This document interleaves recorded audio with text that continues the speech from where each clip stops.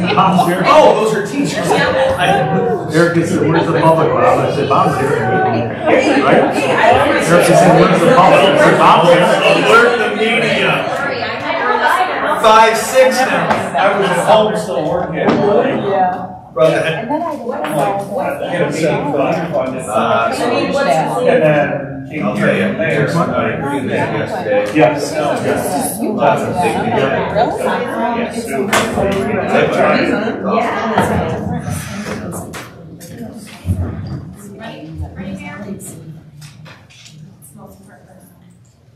Mary, you ready? I know. I'm doing it.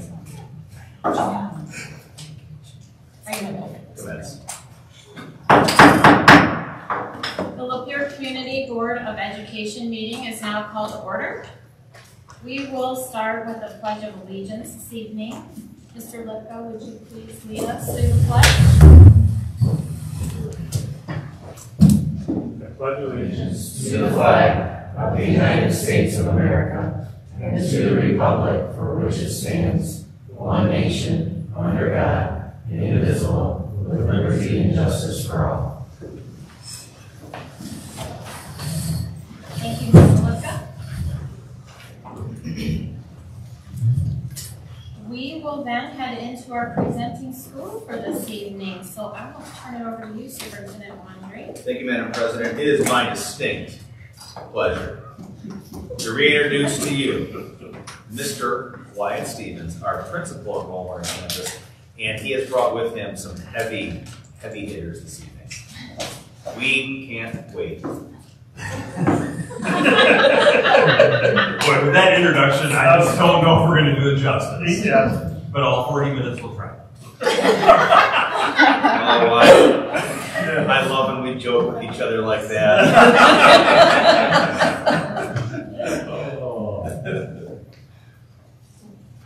Do I gotta go back? Can I go? Yep, I got it. All right. All right. Technology is cooperating. It actually looks really good up there. Andrew picked a great background. It shows well for RW and Lapeer Lightning as well with the colors. So thank you for having us. I jest with it. This actually is probably going to be our shortest presentation yet out of it. And not because of content, just because we really want to honor your time. See? I'm already. And it's like, He didn't finish a couple of slides. Hey. I don't hire W's. So we actually went a different route this year than what we usually do and usually present on. We actually chose PLCs this year. And we did it to kind of tie in what we're doing at Roll Warner and some changes that we've made at Roll Warner. So as we're going through this presentation, it's about PLCs, but you're going to see that we have some new stuff that we're actually going through with PLCs. And we've kind of taken the district initiative of our questions that we go through, and we kind of made it based upon our teams as well across it, not only departmental, but cross departmental. So, with me saying that, I'd like to introduce Miss Andrea Payne, who's going to start us off. Okay, so I'm going to start us off with this.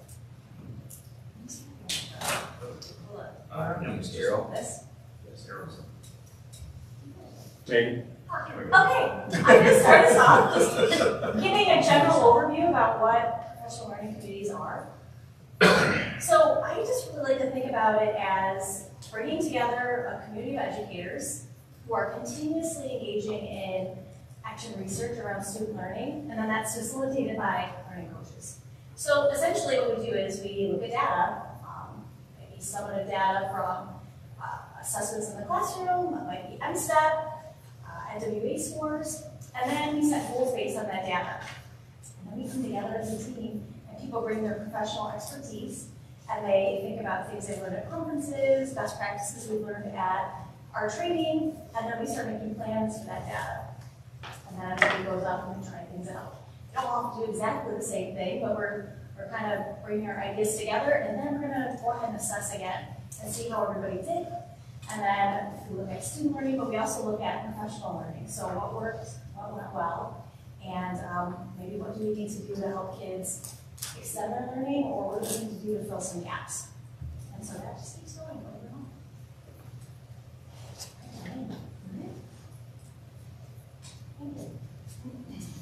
So we have departmental PLCs, and our departmental PLCs, they meet 3 times a month, once a week.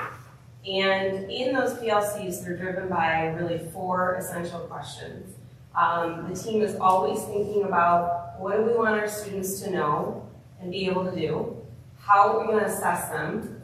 And if we have kids that aren't understanding or aren't getting it, what are we going to do for those kids? And when we have kids that have it, how are we going to extend what they're doing? So I have the privilege of working with the math department pretty frequently. And in their PLCs, the questions that drive their PLC is always the same. However, the data that they bring can vary. So at the beginning of the year, they always bring the unit or the curriculum that they're going to start with. And they start by talking about, okay, what are the things that we want the kids to master? What are the things that they're going to see repeatedly? What are the things that we've seen with misconceptions? And they start creating their plan of how they're going to help the kids before they actually teach it. And then when they start teaching it, they have their skills checks or their formative assessments that then they meet back the following week and say, okay, this is what I found, this is what I have. We have these kids that know it, these kids that are really struggling. Another teacher might say, well, my kids got it, this is the way that I taught it, and have conversations about what they're doing differently in the classroom. Then it extends to, they look at the NWA data that Andrea had just mentioned, and from there, this year we really kind of extended it, and we started thinking about, okay, what are we doing for our kids that, maybe would normally not get the additional support, and in the classroom they're doing well and they're performing well, but how can we be more intentional with those kids to make sure that they really have a deep understanding versus them just kind of sliding through and getting the good grades and that being enough, because usually those are our kids that we're finding maybe are just on the cusp of getting proficiency with the MSTEP or, again, with the NWA. So with that, they've created additional groups. They've gone through and looked at the data, and they're like, okay, well, these are our groups of kids that we're going to be intentional with, as well as we're going to pull in small groups in the classroom as well as during academic time. So I think the really cool part about PLCs is just there's constant conversation about what's happening in the classroom and really letting the data drive what they're doing, and they work so well as a team to communicate and say, hey, this is working for me. This is, I use the IXL to extend learning for these guys. Hey, I'm really struggling with getting my kids to understand this concept. Are you guys seeing the same thing? What are you doing? So there's just lots of great conversation around the different types of data that they're bringing, and always lending to those 4 essential questions.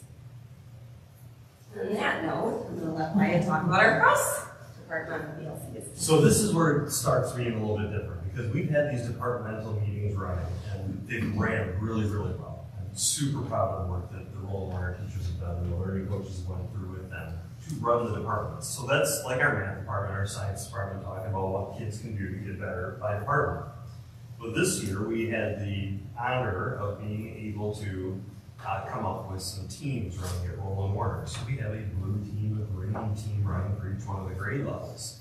And we started dedicating the 3rd PLC of each month now to cross-departmental. So in other words, our teams sit down, and now they start talking about data, but in a different way. It's about the whole child. So it's almost like a mini SAT or a SAT type meeting where they're discussing, hey, this child is doing this in my class. How does that correlate to what you're seeing in your class? What strategies work for this child in your class that I could be using too? So they're looking at data, and Mr. Cross is going to show you the data document that they actually use and the notes document in a similar way to what we're doing with the departmental, but now we've made it more about the whole child as well. So those kids that might have fallen through some cracks before because they went from an elementary one teacher to our 6 hours of teachers, now the team can sit there and talk. I think it's really important to point out, for the first half of the year we didn't do this, and we just added in now to where administrators, counselors, special education teachers, we all now go and pick a team to go be with. Because weekly we have our administrative meetings where office staff meets and we discuss kids. We know the students that we see in the office. We know some backstories that teachers may not know. So now we sit down with the teams, and it is truly a whole child approach now, where we can offer things that teachers may not have had in the past or may not have known, and the teachers working together. It's super, super powerful. So I'm going to let Mr. Cross come on up, show you those documents, and discuss cross-departmental PLCs a little bit more.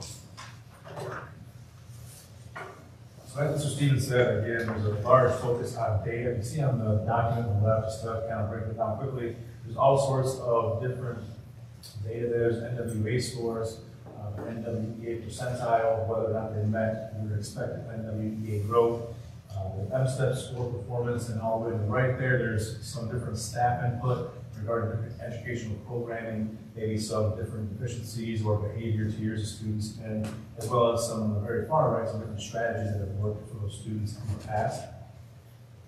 The other part of that document is our team PLC notes there, where, again, the meetings are very student-focused, very student-driven. They act as almost an informal SAT process, where there's a student advisory team. This kind of acts as a safety net before they get there. We don't want to wait for kids to dig themselves a considerable hole or to say, hey, you're failing in December, the semester's almost done, sorry, try again next semester.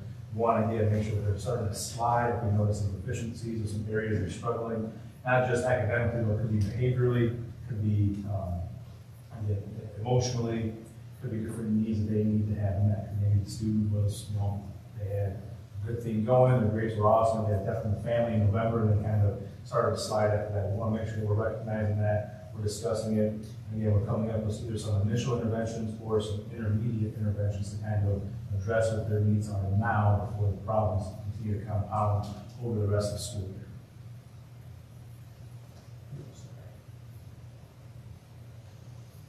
Some pictures here again of our team PLCs. We're working again across different departments, different experience levels, different academic content areas, as well as having special education staff, admin, and counseling staff involved.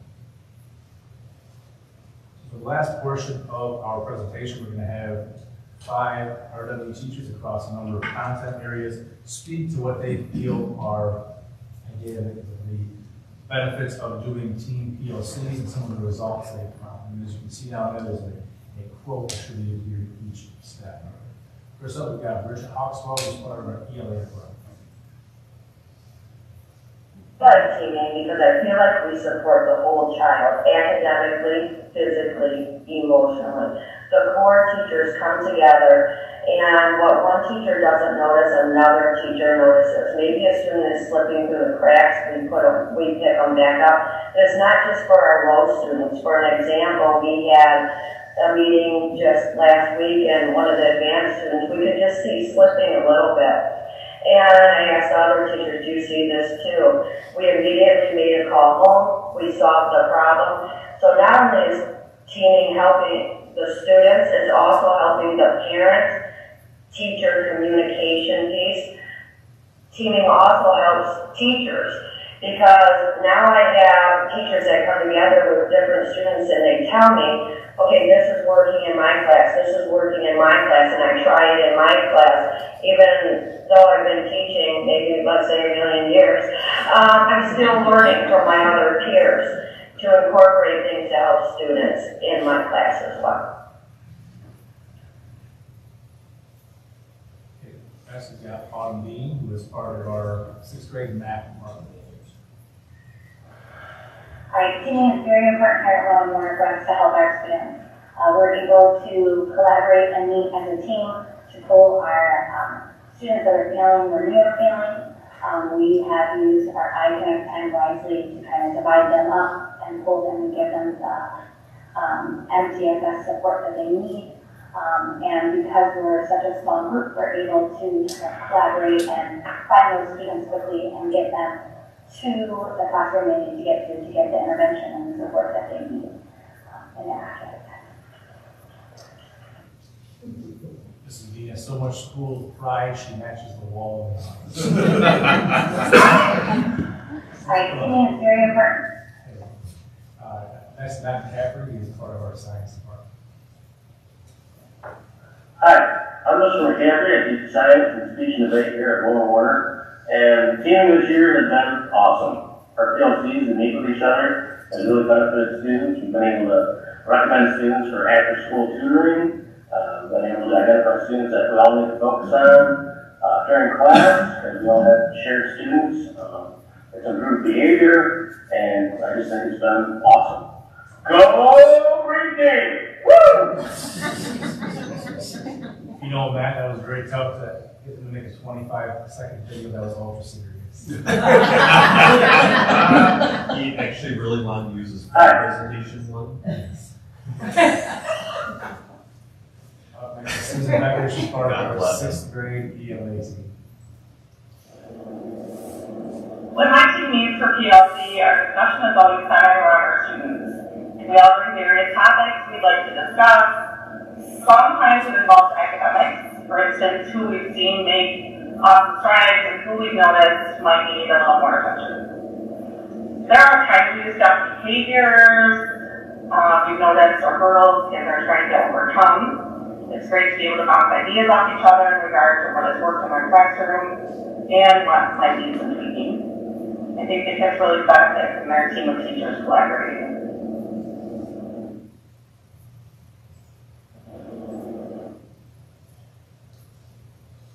And lastly, we have Shannon Heaton, next our ELA department chair. So, as I was talking about, middle school is a major transition for kids. So they go from one teacher to 6, and in the past, if there's an issue with a student or a concern academically, socially, it was really hard to, contact all of the teachers, look them up. If the stars aligned, maybe we could have a meeting about the student. Now, with our teams in PLC, we can discuss any kids who have any major life issues, anything struggling academically, socially. We're able to provide interventions. On the positive side, we're able to identify kids to, reward with our lightning leaders. And I just think that teams provide that safety net that they have in elementary, but a lot of times they don't have in middle school. So they're less likely to slip through the cracks. So, So as you can see again, these are pretty short clips, but you can genuinely see that teachers support it, they believe in it, and that's why it's worked so well. It's not something we're forcing on them, it's not something that they go, that's the thing we're doing. It's something they believe in, they generally want to help kids in whatever way they can. And again, that's really been the secret to success here again with our staff, the great job they do and how much they believe, and teaming and trying to help kids. Rich, are you guys seeing, not that this is a stated goal, but has there been a reduction of SAT referrals? We've had less this year than we have had in the past, but we're about halfway through the year. Sometimes, as kids switch classes, use teachers, things like that, they're going to have the same 4 core teachers all year under the teaming process. So we're able to identify problems earlier in the fall, kind of get them help and address them early on. Less transition. Correct. So they may have, they might not have social studies the same hour, but we're still going to have Mr. Rand's first and second semester. So they're going to have the same teachers for all 4 cores. That familiarity helps us out too. And they're able to recognize, I think, when they start seeing decline, whether it's maybe it's an emotional thing or academically or behaviorally, that they're a little more in tune with that stuff because they've had them all year, as opposed to getting a whole new roster of kids in late January having to kind of learn all their kids all over. So has that complicated the master scheduling process? I'll defer to Mr. Stevens on that one. I know the answer to that already, and I think it's important to recognize that this does not come without significant additional work on behalf of the adults, but recognizing that it's better for kids. I'm very pleased with, I had this conversation with Michelle as well for a number of years about getting back to the idea of teaming. And the method, the way we did it before, was not necessarily the most cost-effective way to do business, but credit to your team for figuring out a way to kind of collectivize the approach to working with the kids. It's a lot more work on these people to do that, because scheduling buildings of hundreds and hundreds of kids at the secondary level is a very complex process. But I really think post-COVID, this is very much needed. And it brings that whole connection, and even bringing in the parents, right? Because I heard you say that you guys have contacted parents. Even with students that have been naturally doing great, they're starting to dip. What's happening? Having that connection. This is wonderful. Thank you. Mr. Stevens? So just in closing, we have a couple quotes up here, but I think it's really important to recognize the work of the staff, because it's not just the teaching staff, it's the counseling staff. is the special education teachers. It's everybody now working towards one purpose for these kids. And it is powerful. When you set these team PLCs in the third week, we say, yes, reduce the SAT meetings, but that is like a SAT meeting. And now you're including way more kids than what we could ever get in the one SAT meeting a month. So when you have 4 different teams, we do 2 teams in each grade level with 4 core teachers on, you're now touching a lot of students. So in closing, just some fun pictures of some team events that we've had there at assemblies and that. And of course, our we can't go on without recognizing our DJ, Mr. McCaffrey there. So, Well, I would have to say why in my 12 years here, I have never had, I would say, the greatest distribution of a years of service pin to a teacher was this year, Matt McCaffrey. I don't think I have laughed that hard in front of an entire staff of teachers in my entire life. You guys were there. I mean, it was ridiculously fun. So, I'm glad you thought it was funny.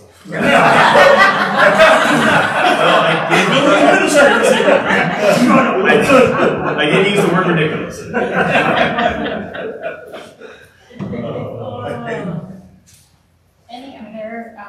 Any questions or comments? I noticed that Mrs. Bean was wearing her Positivity Project t-shirt, and I love the whole Positivity Project. Where are we at with it? I know that that's not what we're talking about, but I know that you're still utilizing that and in iConnect and things like that. And I have 3 days out of 5 days to do math. Math Monday now with iExcel, so we're helping the students along with math on Mondays, and then on Friday we're doing Fix It Friday, Fun Friday. So if they're missing work or whatever, they can be sent to other teachers' classrooms and that. I did part of the team and they're communicating and missing work. And in fact, we had our counseling secretary before pulling lists of VFIs and that, and missing work lists. So she was helping the teachers out that way of giving them a Google Docs so they could actually quickly see who's missing work and getting them around to the other classrooms. So. Do the kids react well to the Positivity Project? Like, what's the motto this week? This week was love. No, next week is love learning or love. Sorry to put you on the spot. No, it's perseverance. What's the motto, Wyatt? I've been in elementary buildings and then at the Denver High School. I'll have to ask my son when I get home. And I love what you guys are doing. That culture over there, it's different and it seems fun. I love your Facebook posts about, your Lightning Leader of the Month, Lightning Educator of the Month. I thought that was just so amazing. I wish more parents would utilize that tool and just to see all the good stuff that's going on and not just the nightmares of counseling and scheduling. Like, look at the good stuff. I recognize it, and not just as a board member, but as a parent of one of the kids at your school. He's a happy kid, and I love that you've used that team aspect, the blue versus green, and that you're incorporating it in not just a fun way, but in the way that will touch each kid that really needs that individualized help. And the fact that you're able to recognize it and get right in there. Thank you so much. I think Mr. Cross credit for pulling off the Lapeer Lightning Leaders every month and that. And I do think it's actually helped on the hits on my newsletter. They've actually put it up because I can see how many hits it gets. So I think it's parents looking for the kids too. So we're getting information on there. Why it's going viral. Yeah, we're not going to go that far. It's not like he's singing a song on his day off of school. That's on that though. Don't ever say For that. one. That's not just my memories. Anyone else? I want to say thank you. This is they have the elementary foundation, which is wonderful, but really middle school is the next serious foundation for them to get them through high school and be very successful. So what you're doing for these kids with this full connection of everyone in the building talking about the student that connect with them, that's amazing. Like, I want to go back to school. Seriously, you guys always bring such amazing things, and I'm like, I just could go back to school. So, I like school. It's nerdy, I guess. Sorry. But I can't thank you enough. So I know the extra stuff you're doing makes more complexity, but it's worth every penny for those kids. So I appreciate it. Thank you so much. Thank you. Okay, we will continue on in our agenda. Next is public comment. But I don't see any public comment cards for this evening. So we will head right into our reports.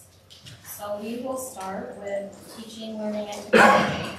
Mrs. LeVar, would you please share us the committee report? Yes.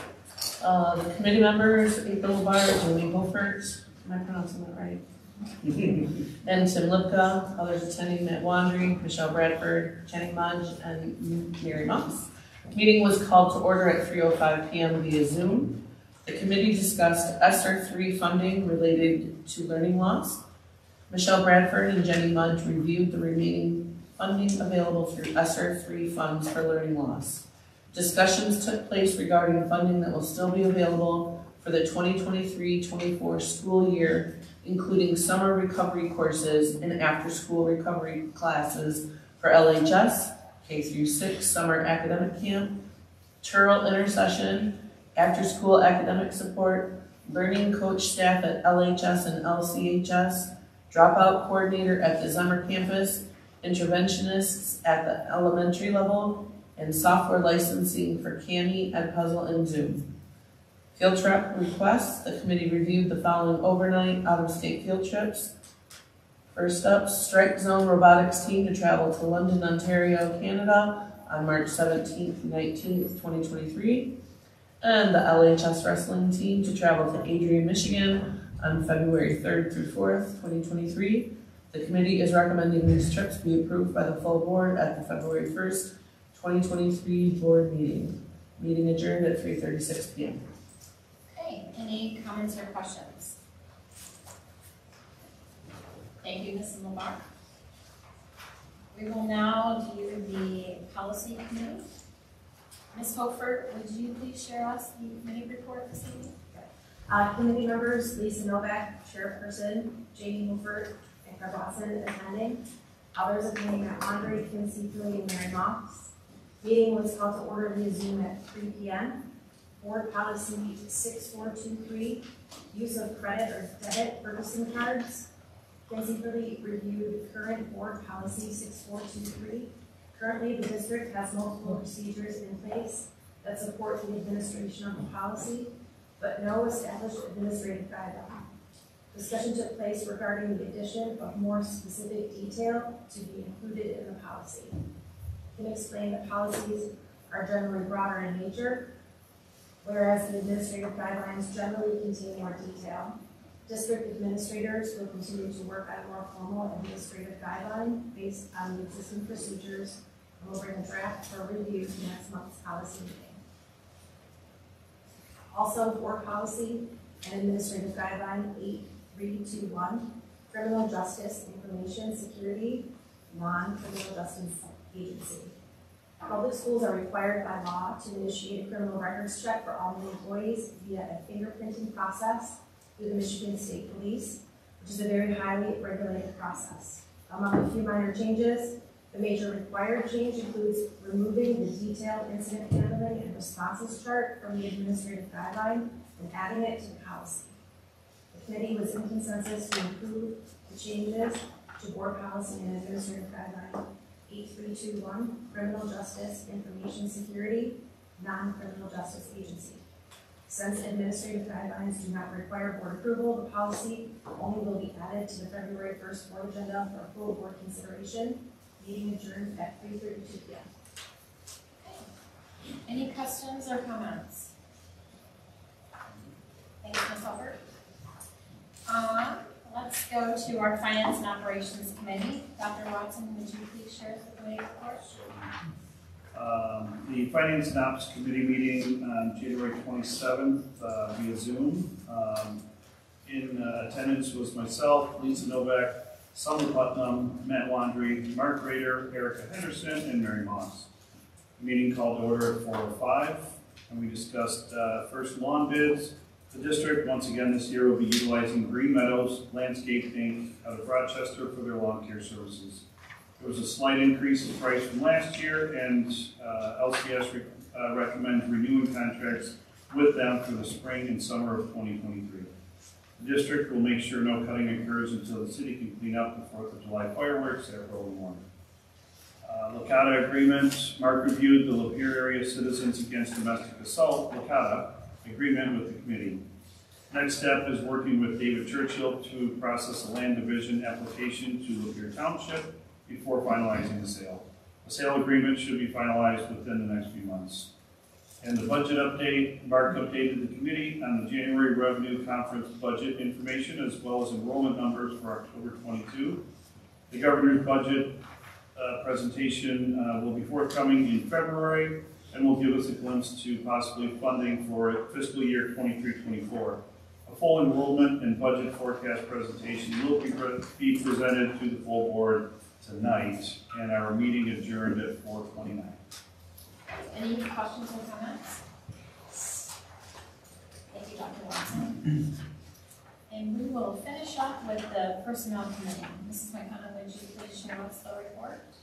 The Personnel Committee convened by Zoom January 27th, 2023. The Zoom began at 3:05 p.m. Members there were Nicole McKenna, April LaBar, and Summer Putnam. Others attending were Matt Laundry, Kim Severly, and Mary Moss. The meeting was called to order by Zoom at 3:05. We discussed collective bargaining with Kim Severly, updating the committee on the 5 open contracts within our bargaining units. These contracts will expire on June 30th, 2023. The 5 committees are the custodians, the teachers, the bus drivers, the mechanics, and also the building administrators. We also discussed the superintendent evaluation process. Kim reviewed the 2022 superintendent evaluation process with the committee. The same model was used last year based on the MASB evaluation tool, which rates the superintendent's performance in the following areas: governance and board relations, community relations, staff relations, business and finance, instructional leadership, student growth, and progress towards district-wide goals. The board will go into closed session at the March 1st meeting for further discussion and review of the superintendent evaluation, and the meeting is adjourned at 3:45. Any questions or comments? Thank you, Mrs. McKenna. So that concludes our report sections for this evening. We will head into our presentations. So I will hand them over to you, Superintendent Laundry.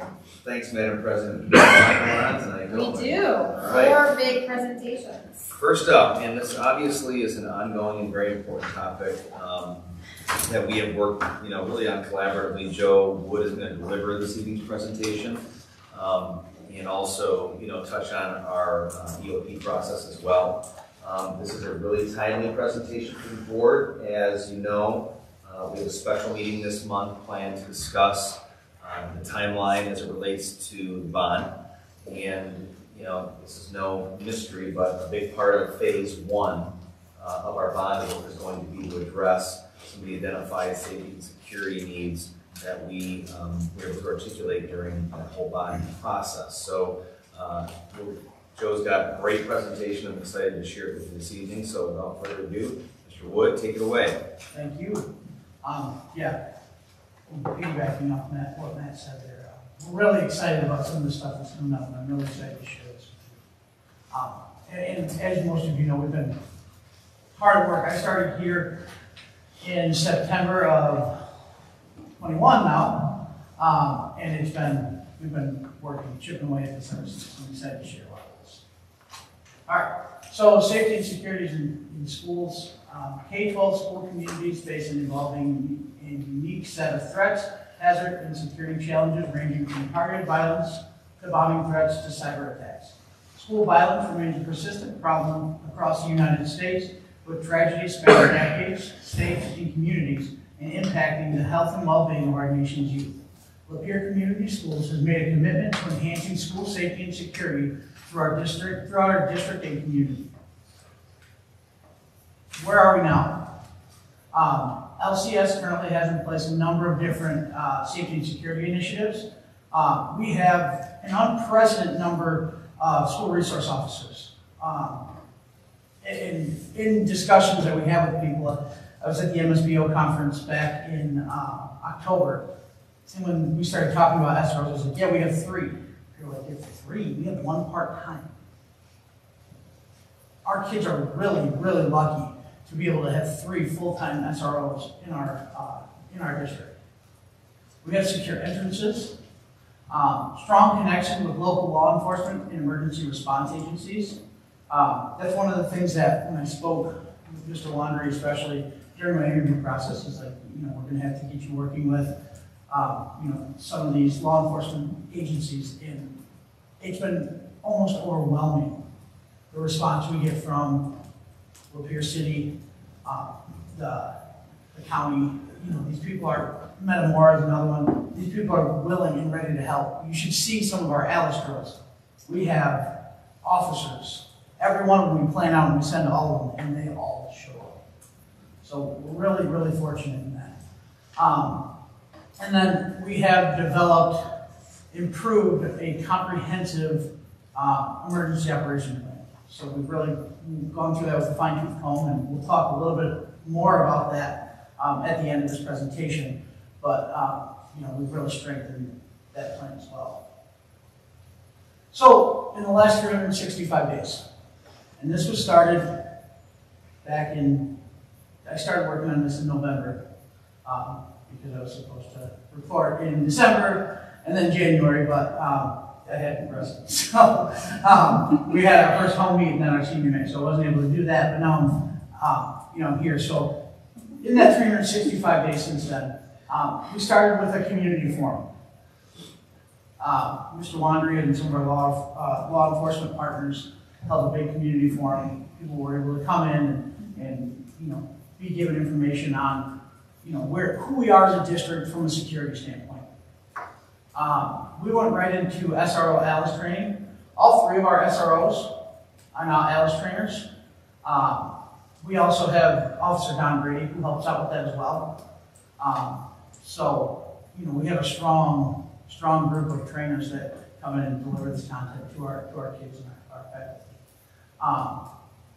Staff Alice training.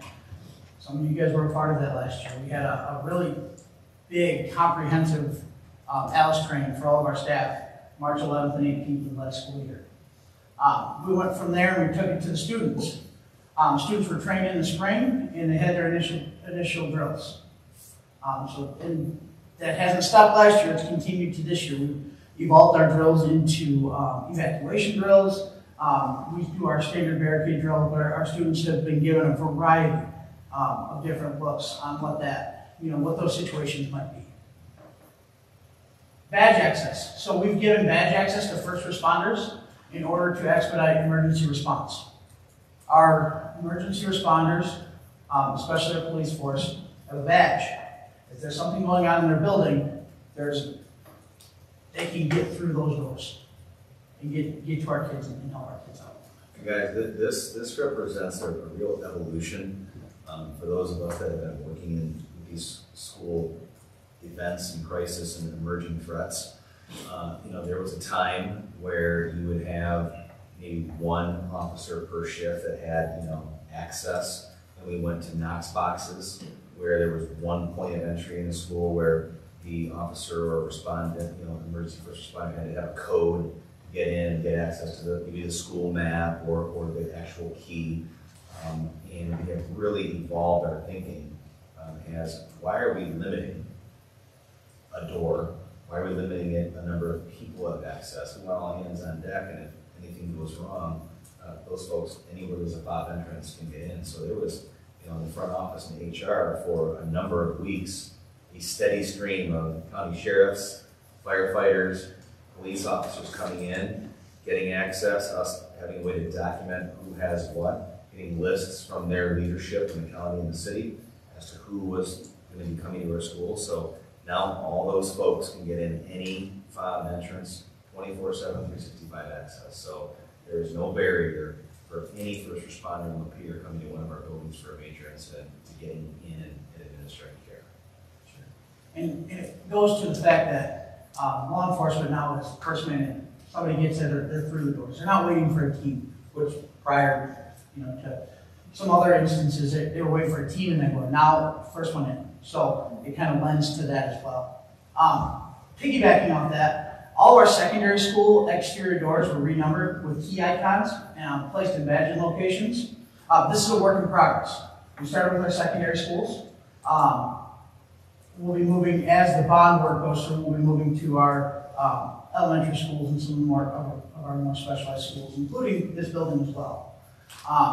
That key badge that you see there, by number 6, is the exact key badge that you see outside of our badging locations. Okay. One of the things that was identified after the Oxford tragedy was they were able to get to where they needed to be because they saw where Oxford had their badging access. They had the key right outside of the window. You could see it right there. That was one of the most important things for the law enforcement officers responding to that. So we also added that as well. Security cameras. Our district buildings have a new comprehensive security camera system. In line with our ALICE training, all of our school classrooms have been given a go bucket with emergency supplies. Those are the supplies that were recommended during our ALICE training. EOP planning team. We went to, got together and formed an EOP planning team where we compiled everything that we had to put in the EOP. We put everything we could that our district does to keep our kids safe, and we put it in front of a group of people, a group of community partners that have a stake in what we're doing. So that team was planned to review and revise our emergency operations plan. From there, we had review and revision. We met twice. The plan was revised based on current best practices. So we took that input that we got from those community partners, and we reflected that as best we could into our emergency operations plan. From there, we had a staff EOP training. All staff were required to have training on the current EOP, and that was delivered at their school buildings during the staff meeting, or they had an alternative to come here, where I led it on 2 occasions where they could make sure they had it. Then safety and security drills. Students and staff have been drilling ALICE protocol since last spring, and this includes evacuations, like I said before. Most recently, I guess, the security system upgrade. The district just completed a comprehensive update to our security systems through ABT. We now have cellular dialers, so if anything were to, our phone line were to go down, our internet were to go down, we have cellular dialers. So if there's something going on, they can reach us. And then the bus cameras. The district buses are now equipped with modern cameras to see what's going on our buses. Our emergency response partners, we have strong relationships with local fire departments, fire marshals, City of Lapeer Police Department, and County Sheriff's Department. And then local medical. McLaren has donated medical kits to our secondary schools, so they're stop the bleed kits. And they have representatives on our EOP planning team. And I'll show you who that team is once we get into the EOP stuff. So, what's next? As Mr. Wander said, we have our first bid pack is mainly safety and security. So, we are rekeying the entire district. Our Director of Operations, Brian Batter, if you ever ask him to show you his keys, he will show you a ball of keys like this. He knows. This man knows where every single key goes to every single door. He can look at the yellow, yeah, that goes to that door in that building, right? It is a remarkable number of keys. Yeah. Hundreds of keys. And his ability to identify these keys is remarkable. The Schickler 5th grade wing, if you guys go over to that there, that's a more open concept. We're remodeling to close those classrooms and secure those doors. Door security. So throughout the district, door security systems are going to be installed. Site lighting, improvements on lighting coming throughout the district. LHS is going to get a fire alarm system upgrade. And then we're going to get a PA upgrade throughout our entire district. So that's one thing that during the ALICE protocol, when we have these emergencies, the PA is used. It's relied on very heavily, right? So we're going to make sure that that works in a time of crisis. We have some some ability to be able to do some different things. So are you integrating that in with fire alarm? Yes. So, and just ongoing safety and security measures. We have our ALICE training and drills. We do building walkthroughs. Myself or Brian, our operations director, walk through every building every month with the administrator, just to kind of see what's going on, identify any work that needs to be done, or points of security that we need to kind of take care of. And then yearly, we're going to be doing that EOP training for staff. Okay, so now to the EOP. Oh, that's I can share that with Mary. I need to share it with Mary, right? Yeah. Just wait, I can get into Mary's email. Yes. Because the request was sent. So let's see. Well, this is good. It shows not everybody can get access to it. Security. We are Very secure. secure.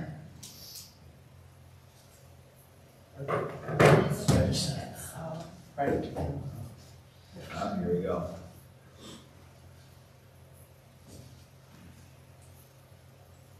You got it? I think so. Yep. Refresh. There we go. Yes. Sorry about that, guys. Technology. Killing it right now. Killing it. Love it. Okay, so our emergency operations plan. This has been to the board, this will be the second time since I've been here. Our first revision, and now coming back for our revision after our community stakeholder input. The purpose of the emergency operations plan is to provide a framework concerning how LCS plans and prepares for, responds to, and recovers from an emergency of significance or disaster situation. The plan provides a foundation, an overview of strategic, operational coordination, and tactic support planning for hazards, threats, and incidents that may impact our school community. Why do we need it? Michigan law requires that school districts, intermediate school districts, and public school academies develop a new emergency operations plan for each school building or conduct a review of the current EOP biannually. So, okay. Clicking too fast. Okay. So our team is required to meet once every other year. Well, twice every other year. We're required to convene, go over our security assessments, make recommendations, and change the plan as fit. This started in 2019? 18. That the EOP became a requirement. So we just completed our first one. And I feel like we kind of go above and beyond. We talk about our safety quite a bit. So we have a requirement to do it biannually, but I know that certain things will be done on a more regular basis. So effective with the 22-23 school year, all staff are required to participate in annual EOP training. Training is delivered during building staff meetings with options provided for alternate dates and times if unable to attend. So this year I did 2 here on 2 separate dates. And now at the time of hire, all new employees are provided with hard copies of EOP training materials and are required to complete online ALICE training. So when somebody new comes in, they get the dissemination of the EOP printed to them, and then they have the Navigate 360 online training, so they're coming in right away, ready to go, understanding what we're doing.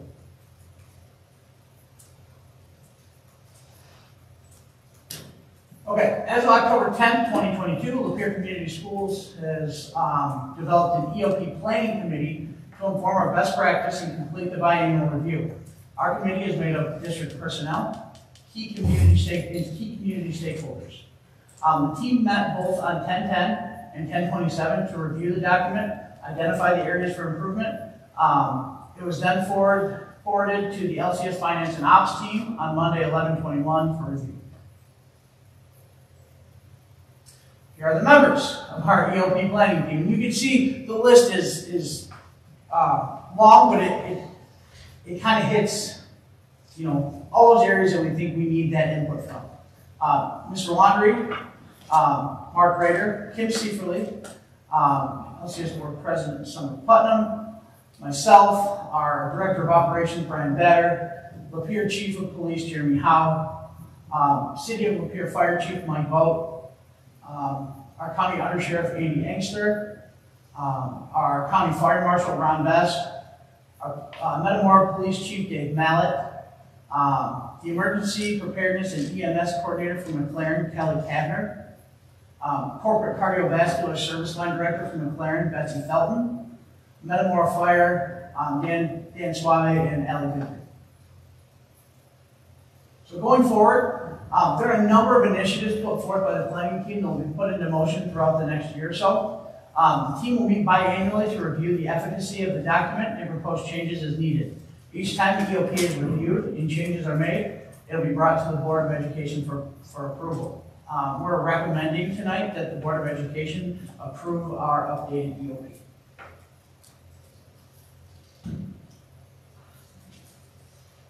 Any questions? I know that was a lot. The question I have, because you know it's true, my heart is I know one of the initiatives. The little placard for the bad list. We're working on it. Okay. Yep. So I think that we're one's just like trying. super important. We are trying to figure out how to get all that text onto a small size and make it to where it's meaningful. That's the biggest problem right now. Because we can put it all on there, but it's going to be size 5 font, and you're not going to do it. So I want to make sure. We had one this morning. I couldn't read it. Yeah. Okay. Well, we know an eye guy who can fix that. Yeah, but you all be wearing it.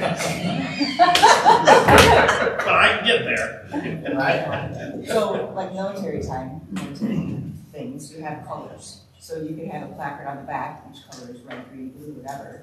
Then you have a system that shows, you pull that out so that you don't have to have this little thing on there, possibly, or you can refer it to your phone. Say, what does green mean? What does yellow mean? Something like that. Sure. And Mr. Wondering, to that point, we've spoken about how we get some of this information on. Like a QR code. On my phone, it brings everything up. This is where I'm at, this is my phone. We've had some of those conversations about how we get some of this digital out. Well, because emergency or not, no one moves anything without this. Right. Well, What's that? Yeah, I do. No, I was going to say they have those, besides the QR codes, they have those new, like you can use them as business cards or just a little disc or whatever. You walk up to someone's phone and you can just tap the phone and it fills right there and you go to what you want. So you're not even having to scan it and then hit and then go, So you just have that in the back.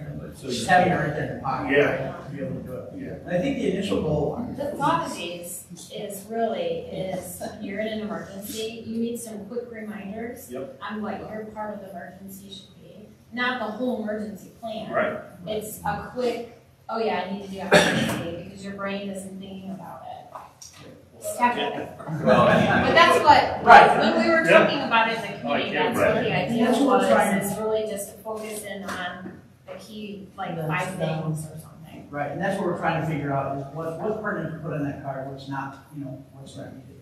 But making sure that people have the direction they need to refer to that and say, oh, I should need this.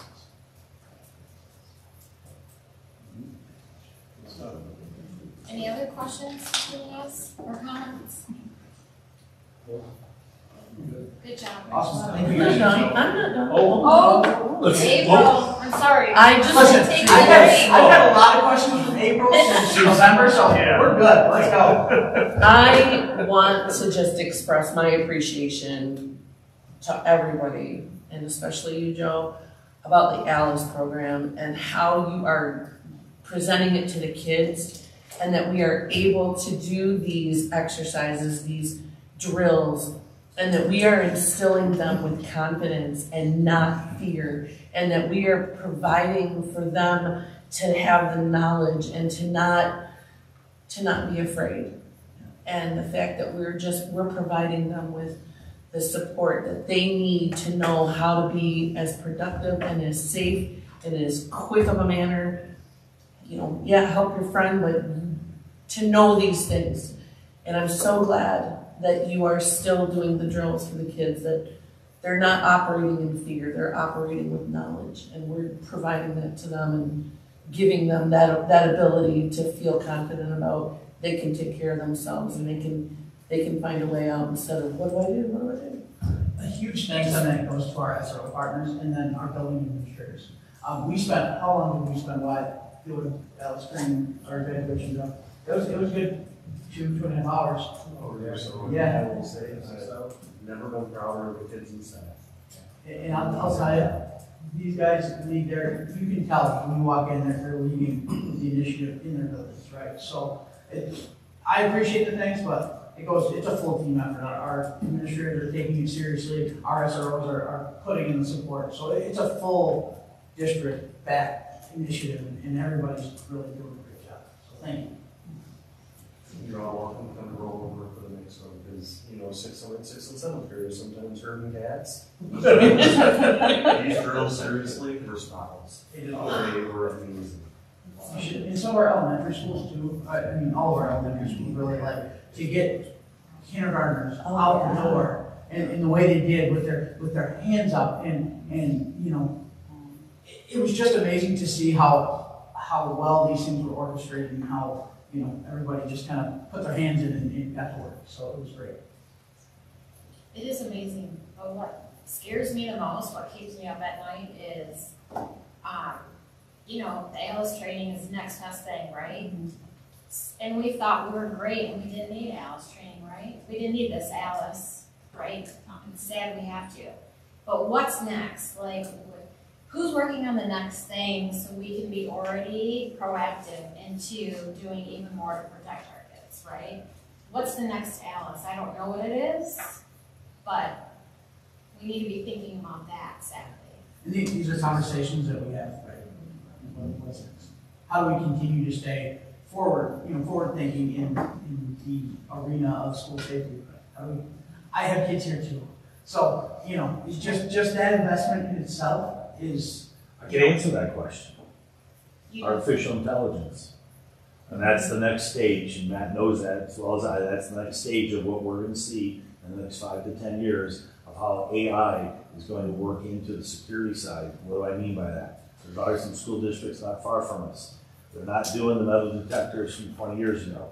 They're using AI that scans, that's looking for outlines of ammunition or guns. That's it. So we're going to see a lot more of that coming in the next 5 to 10 years to answer this. So you're not wrong, Summer. And what's the next step? It's trying to keep up with that is our challenge on this. For sure. Our number one goal is to keep our students and staff, anyone in our building safe. So we're having those conversations. We're constantly looking at how do we be more secure? How do we keep our kids safe? How do we keep our staff safe? And I'm proud of our community for recognizing that and passing this bond that is so desperately needed, and that is the first thing that we're going to address. I'm very happy to hear about that. Thank you, guys. Thank you. Okay, next exciting topic. Let's keep this presentation train rolling, Madam President. Yes. Assistant Superintendent of Business and Operations, Mr. Mark Rader, is going to introduce us to the budget development process and kick that whole process off this evening. So, Mr. Rader. I'm going to start by thanking Mr. Wyatt here, who exceeded 23 minutes. It was 45 to me, so that I can stay within our hours. You're getting so much kudos tonight. I know. You talked earlier. That's all right. As some of us in Cole spoke earlier today, this is difficult because there is a ton of information, and when you filter all through it, it's guesswork to some. It's waiting for some things to happen, materialize, and then it's waiting to see things that aren't in our control. So you're going to see some of these here as I go through the presentation. Budget development process, global perspective, state issues, enrollment, the health of our budget, the health of the state budget. And we don't have that right. It's on board books. Should be on board books, right? It's not in the book. Okay. No, that's okay.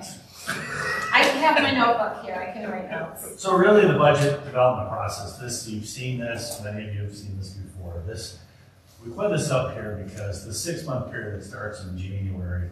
And if you ever hear the legislature talk and the governor, oh, we pass a budget by June. That's a joke to me. I need a budget by April in order to be effective, right?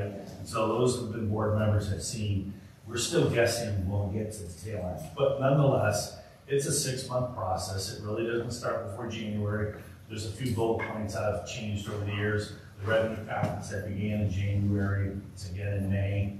2 years ago, there was a third one in September because they couldn't figure out when they were going to close the books for the states and how much money they had to pass the school aid budget. So we're constantly vacillating back and forth with some of these things. The governor spoke her state of the state. She's going to do, I think, her budget recommendation come up here in a week or two here by the 15th. That's going to give us a first good glimpse. It is going to be interesting political cycle this time for us because things have changed. And it's going to be interesting when you look at all of the chairs of all the committees are all former teachers who are now politicians. And so that may bode us well, I'm hoping, but time will tell what happens. So we read a lot of tarot cards to try to figure out and project what should I advise Colt, what are we going to use for budget and dollars, and it gets to be a little bit, unnerving at times. Global. So what do you hear? Well, I've been listening for 30 plus years to the economists of the House, the Senate, U of M, Michigan State, and a few other independents. And I will tell you, the first time this year, none of them could really figure out what's going on from their expertise. And these are some well-respected economists around the world. And part of it is we've come out of this COVID time and things have so changed that we don't have the trends we had before COVID and trying to predict. The state, what's going on with the state. The recovery, yeah.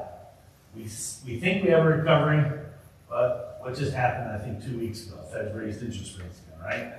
So we've got housing has come to a crash because mortgage rates are at the 7%. They're due to come down to about 5.5 next year sometime in 24. That's a huge driver because there's so many things tied to housing. Car sales. Car sales, there weren't cars. Why? Because of global supply. Someone and I have talked about that before, right? The global supply. The inventory is up. Now the inventory. Demand is down. The demand is down, exactly. So we're pre-COVID 17 million car sales. What's the state run by? The state's still run by automotive, no matter how much people don't like it. They're not going to hit 13 million sales this year. So this all impacts us. So I start talking about all these things that's negative, negative, negative. You see in a slide here, everything is on the other side from the state. So that's why it doesn't make sense to be economists anymore. The work supply issues, this one you're going to see in a few slides later on how it ties into, there's still 10 million unfilled jobs, there's 6 million people in unemployment, but that's a misnomer because people drop off the unemployment and people aren't willing to go back to work, but there's so many other types of jobs where they're not counted from the Ubers and the delivery systems out there. People work part-time for Amazon. It's just a change dynamic for us. But you're going to see for us why we lag and we struggle, and Kim knows this as well as anyone, trying to fill positions across all of our units. In a slide a little bit later, how education is hurting even more than other industries. And then the Federal Reserve with interest rates. So interest rates, they think we may not have a recession, it may be a slow recession, it may be a light recession. But it's all based on consumer confidence. And consumer confidence is based on perception, it's not always reality, right? And so you see people who are hedging back on buying stuff, so you're slowing down. We changed from a service economy before COVID to pent up, as you said, no cars, people buying stuff, buying washers, dryers, sales tax. So why you're going to see the state's revenues are going through the roof because they're still generating money, even though the economy looks to be a little bit questionable. Why do I care about that? Well, because we've got this lag where you're going to see in this one here, bottom line, green. Go far right, that's almost 2025. We in education aren't going to get back to our pre-employment levels that we were at prior to COVID. That's huge. We feel it every day in all the departments here across the board, but that's not just Lapeer, that's across education.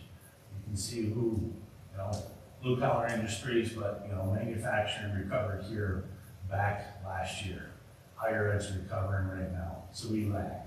We typically always lag on some of these indices in K-12, but this one in particular is hurting us because we're struggling across the board, from teachers to custodians to bus drivers. You've heard from us, and there's no end in sight. This is ULM graph, so this isn't something I'm making up. These are the top people who are predicting this. At the state level, here it gets even more unpredictable. So the economy is doing great for the states. There's a ton of money in both the general fund and the school aid fund. You'll see at the end. But we got a changing dynamic politically. And I'm just going to give you a few flavors of what that means. So, for example, school aid fund. One thing we look at. Why political is up there. School aid fund has always kind of been the stopgap for the general fund. So if I go back about 10, 15 years, the general fund was hurting. The general fund, some politicians figured out the school aid fund didn't say they can't use it to fund higher ed. Since 2009, we have funded $6.7 billion out of the school aid fund to higher ed. Now, we use today's kids, that's $4,700 a kid school districts would have. That is earth-shattering, the amount of money that's been redirected to help the general fund and help higher ed. Especially considering that post-Prop A, that school aid fund was specifically designated for K-12 educational purposes, and that was the, what would you say, Mark, the carrot to support Prop A? Right, right. There's some of the stuff, that's not going to change. We've taken a dip, so when you hear me later talk about how healthy the school aid fund is, well, in pre-COVID, they were taking almost $1 billion a year out of the school aid fund to higher ed. It's dropped down to $760 million. We go, yoo-hoo. It's now over 3 fiscal years, that's $400 million more dollars in school aid fund, and that adds up really quick. And so we're watching this, it's dry, numbers that I watch, but it's finance people are watching this because it's quick at hand. This year's school aid fund, 98 categorical new funding lines. I brought the paperwork for you to look at what we looked through to try to figure out where they moved the shells and the money underneath it's mind-boggling. But we have to watch that because it's tied to Michelle's stuff where there's at-risk kids, there's funding for a number of initiatives where it's one time or it's $1 one year, and then all of a sudden it drops off because it loses flavor in the next year with the legislature. So it's important stuff. It's hard to guess where we're going to be at, but politically, we're there. So folks paid attention. You heard the governor put her initiatives out there. It's one of the big ones. Fund preschool for all. Right? And there's about 100,000 4-year-olds and 3-year-olds. There's 200,000 kids at about 10 grand a year. Where's it coming from? Right? That's just one initiative. Income tax is probably going to fall this year because it's formally driven by revenues from the state, and it's probably going to drop from 4.25% down to 4.05. That's going to be about $360 million the general fund loses, like that, and they can't change it. Okay? Earnings tax credit moving from 6% to 30%. There's another $500 million lost in the general fund. They're going to pay out. So this becomes very quickly big numbers that start moving around. So when you see later on that I say there's $5 billion in the general fund, it sounds great. And those are one-time dollars from COVID for the most part. They're going to go very quickly with some of these initiatives. So that bullet is small, but it's huge, that political of what we're looking at. And there's a number of things that are tied to what we view as bargaining, but there's a number of initiatives that have been in place since 2011 that are on the agenda to be hit. From our healthcare caps to bargaining of raises if there's no successor contracts, to union dues. There's about 16, 17 items out there. And so, will they get them all? No, we know they won't get them all. there's going to be something out there by the time we get to June and beyond that's going to impact us. That's not impacting our budget today, that you'll hear about later in the spring when we're doing budget. COVID. I only put COVID on here because you're going to see later in the spring when we start to, Eric and I try to show how COVID has impacted us. We call it a funding cliff. Funding cliff is because our $5 million is ending technically September 23. Legitimately, we have to September 24 to finish spending it. We'll probably need another fiscal year to finish the extra $3 that we have. But that's huge. That's about $9 billion in the state. And so again, state coffers are propped up by these dollars that were one-time dollars, and they're going to end. And when they end, we got to figure out how to get back to life at a normal level. And that's going to be hard. Retirement's the last one when you talk state. Retirement's huge.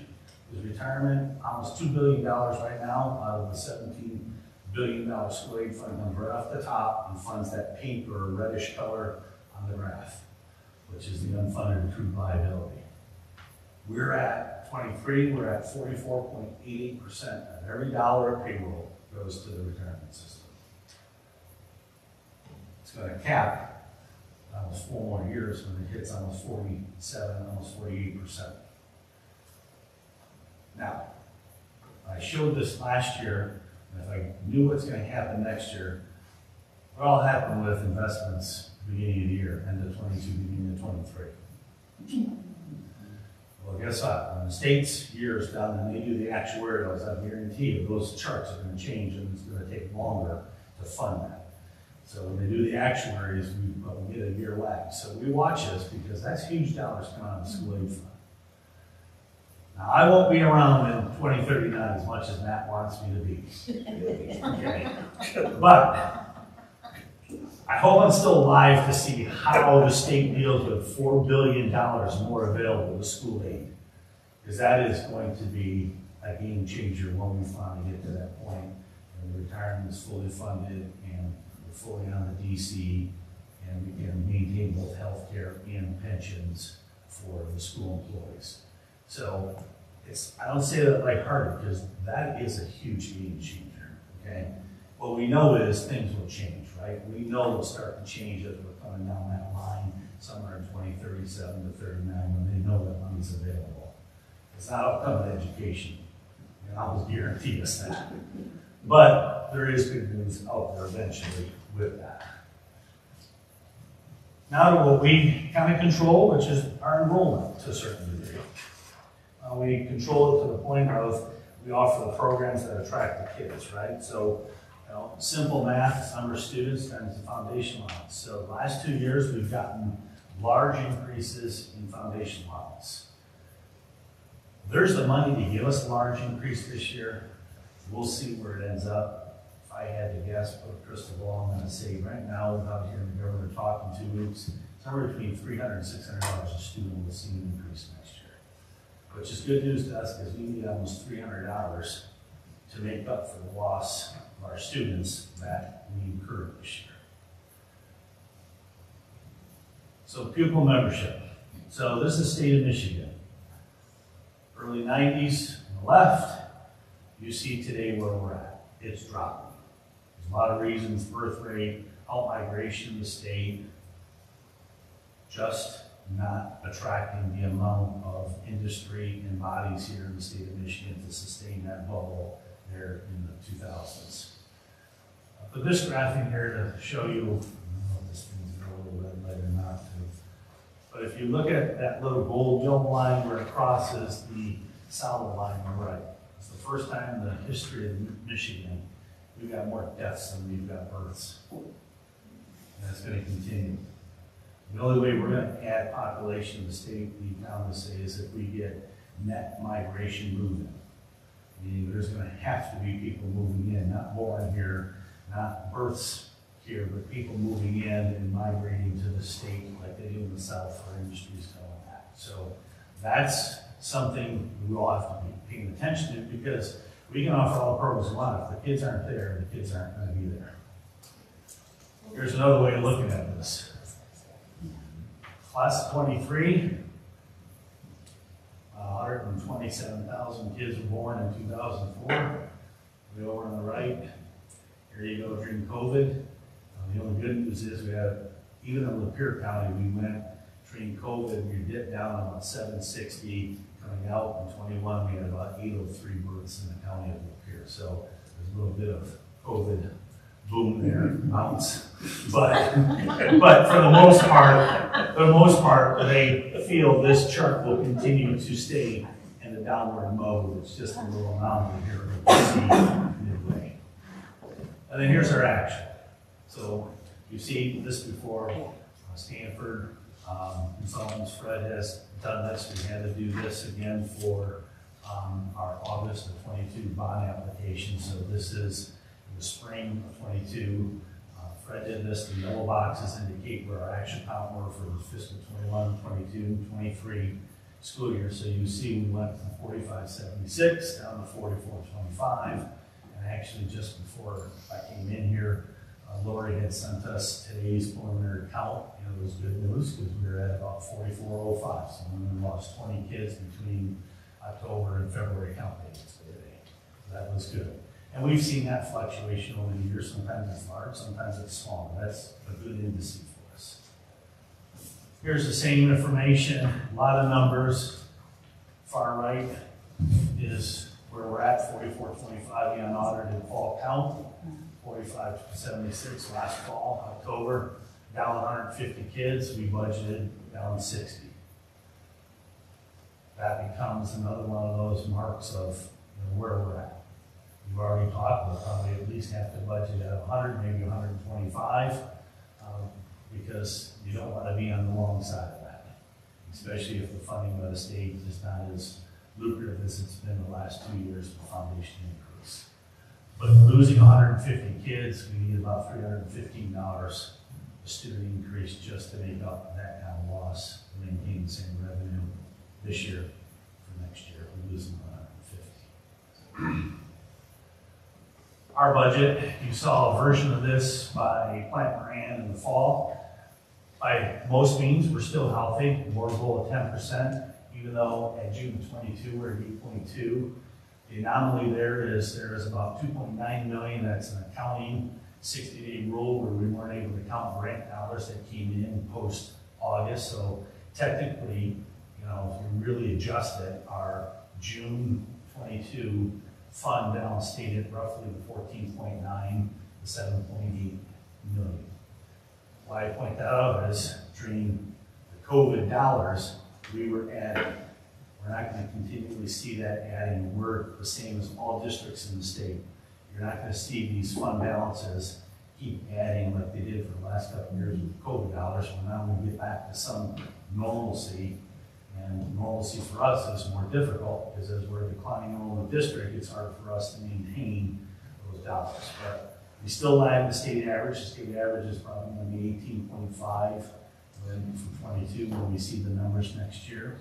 So even at 14, we're still 4 to 5 points below the state average where foundation, our fund balances are at the end of the year. But we're healthy, and that's good news.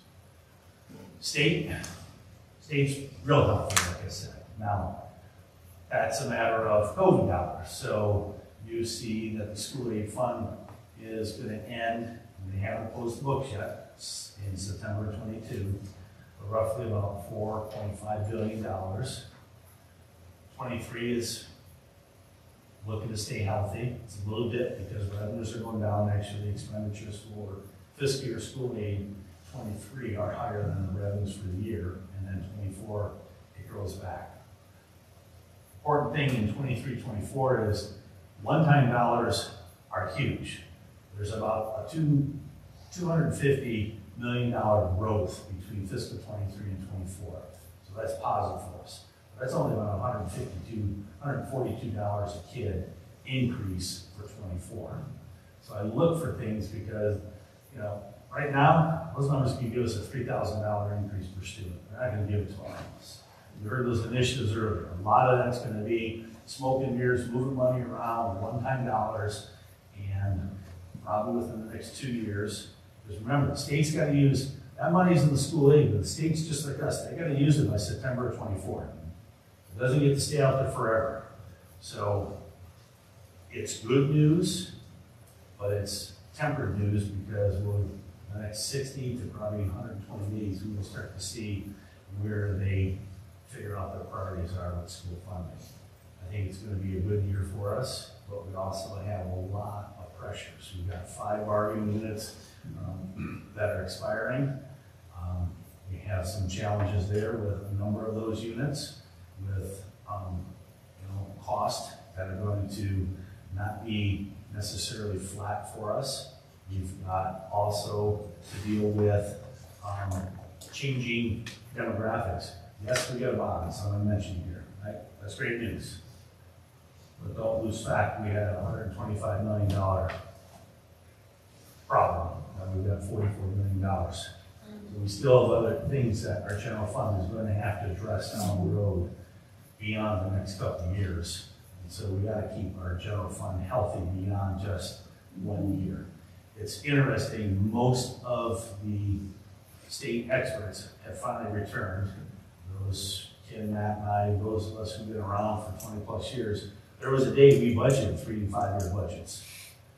And probably for the last 10 to 15 years, we abandoned it after 2008 when everything went to heck and you couldn't figure out what funding was going to be. Now they're telling us you need to get back to 3 to 5 year budgets. And now, the problem is, it's guesswork after year 1, right? But it's really the basis of let's not just keep living daily. We got to start planning more long term as to what's going to happen and look at some of our indices to make sure we're not missing things out there. Overall, good news. We'll see in the next, like I said, 2 to 3 months what it means. I'm optimistic we're going to see decent monies for fiscal 23. Fiscal 24 will be the year. That will be the question. We'll see how much they spend down and how much is left for 24. If recession stays at bay, we're probably good. If recession gets uglier, if the Feds keep raising 50 and 75 basis points and we keep seeing interest rates staying at 7 to 8%, we're going to see a recession. There's no doubt about that. Questions? This seemed to be your Cliff Notes version, Mark. It is. It is. I finally listened to that. 20 minutes. I did pretty good. No, there's a lot out there. You get too much information, but I still have to digest it all. And Erica, we digest it all. We look. It's guesswork at this point. Well, that's the thing I still just can't fathom is you have to do what you do. We have to vote on it. We have to have it done. And they force you to do it, and they're not done. Exactly. Exactly. And then when they get done, then we have to go back and change ours. It's like the common sense part of that is gone. And it's difficult to always say the sky's falling. Deal with one of Matt's phrases. Mark, you're always saying the sky's falling. Well, I have to stay on the conservative side. I don't like it, right? Because do we ever want to be the Bloomfield that I talked about last year, right? Where you miss it so bad that you've got huge, huge cuts you gotta make. No one wants to be there. And so, yeah, you have to hedge it, and then when it doesn't come true, or the state late game comes in with good numbers, then we look like we are being transparent. Well, there's the best information we had at the moment. We gotta make a decision and make a recommendation. You're absolutely right. And usually, at least 7 out of 10 times after the fact, we would have made a better decision had we knew we were going to end earlier. And what are the 2 big things Mark mentioned tonight, right? The 5 open contracts. So making sure that we are negotiating responsibly based on the fact that some of these unknown variables are going to impact what that revenue looks like. And the fact that from an enrollment projection perspective, we have to use variables that we know in our own experience are going to yield the most accurate result. Those 2 things together, that's it. And those are the 2 things that the district that Mark mentioned really struggled with, and that's why it lost a multi-million-dollar mishap because there was some prognosticating that would go haywire there. So why do you mention 5 open contracts? Well, the percentage of our overall budget that is related to wages and benefits is some 83%. 83%, right? So the other 17% is all the stuff it takes to run the district, right? Xerox machines and lease agreements and fuel for the buses and salt for the parking lots, and that's it. Everything else in a service-based business is wages and benefits. So negotiating responsibly and doing an accurate job as possible in a time where that process will begin in earnest in February, as Ken begins to sit down and Mark begins to sit down with the to negotiate those things, to Greg's point, with a complete unknown on the revenue side of the ledger.